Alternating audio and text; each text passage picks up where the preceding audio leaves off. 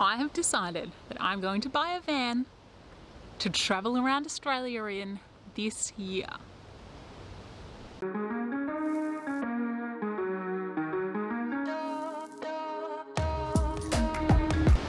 I told Dad about my plans, so he started putting together an outdoor survival kit for me. He says that there are 2 kits, one for the car. The first thing is the in-car kit. Now you could use any container. I just grabbed one of these old army ammunition boxes, empty. And the second will be a small one for the backpack. Do another one which might be to go in your backpack. Oh. Yeah, so we'll do 2 different things. So we decided to make this Outback Survival Training with Dad series so that I can show you all of the skills that he teaches me so that I can actually survive in the Australian outback. Dad has actually gone into the outback and is surviving. So he's not here to film with me. Oh, Emily, I'm sorry. I know we were meant to record a survival video, but here I am, only just surviving. See you next week. So for this part of the episode, I'm going to have to train myself on how to survive in the outback. I had a great recommendation from a fan, Donna from Victoria, and she wanted to know how to protect yourself from the sun that we have in Australia in the outback. If you don't have any sunscreen and you've lost your hat, what can you do? So that's what I'm about to show you. Okay, to set the scene, I'm in the outback. I'm in the blistering Australian sun. I need to protect myself from the sun. And conveniently, there's some mud nearby. So what I'm gonna do is I'm gonna grab the mud, I'm gonna put it on all of my exposed skin to shield myself from the sun. So I've got myself some mud from the outback, and here I go.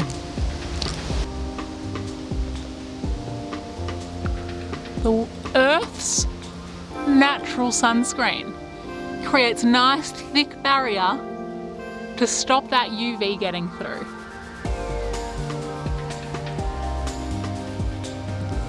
How about that? And very exfoliating too. Just hope I don't get gastro from the mud. Does gastro live in mud? Oh, that's a bit close to the mouth for comfort. Yeah. There we go. All of the exposed skin on the arms. And in all honesty, I've only been outside for 2 minutes and I'm feeling the burn. But as soon as I get this mud on, I won't be feeling it anymore. How good's that? And it's natural. Who would have thought?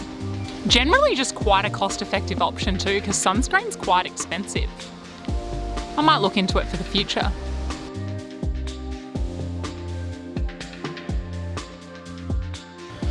Also, just a side note, the minerals in the mud are very effective for getting oil out of the skin and for toning. So that's just a nice little benefit, I guess. It's also used as an anti-inflammatory for skin disorders. Apparently very beneficial for those who suffer from acne or oily skin. Might turn this into a beauty channel. Something else I've just learned is that mud can also be used as an insect and bug repellent as well. So no negatives, all positives. G'day. Hello. I just wanted to show you this because when you're out in the bush, you're going to see around Australia, most of southern and a little bit up the east coast, you'll see this in a couple of places. I've only seen it a few places in the bush, but maybe you're going to run into it. But the thing about it is that it's very, very edible and very, very poisonous at the same time. So you have to be very careful. This is in the Solanum family. It's called a bush tomato or a kangaroo apple, lots of different names, but let's call it a bush tomato. Any part of the plant, apart from the fruit, is poisonous, and the fruit is poisonous until they turn this nice orange colour, in which case they're a nice tomato. So much like a tomato or a potato, you have to be careful with them. And you see them in the bush, and you only eat them if they're this coloured orange. You identify them with these long pointy leaves. How poisonous are we talking? Oh, make you sick. So I would think if you ate the whole tree, maybe you'd be really, really sick. Not sure whether it would kill you, but I wouldn't test it out. But they'll make you very sick. It's a poison. So if I ate one green one, how Yep. sick would I get?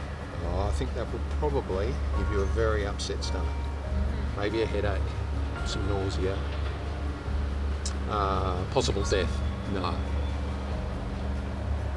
Anyway, This one? yeah, it's just like a tomato, a little bit seedier. Are you sure? Yeah. I'm scared. Have you eaten one before? From here? It's an unusual taste, but remember, most of these things, Similar to a tamarillo. yeah, quite similar, in the same family. You meant to eat the seeds? I just did. Yeah, very small, it's very seedy. But I guess what you're doing is, if you're in the bush and you can't find you haven't got any food and you have to find food, here's one that you can find sometimes. Of course, it's probably only in summer.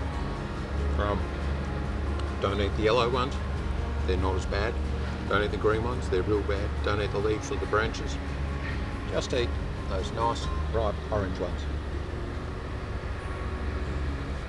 Thank you for watching another episode of Outback Survival Training with Dad, even though Dad wasn't really here for this one. If you did enjoy it, please don't forget to like, comment and subscribe, and tell your friends. You can also find me on Instagram at @EmAroundTheGlobe. I'll see you in the next one.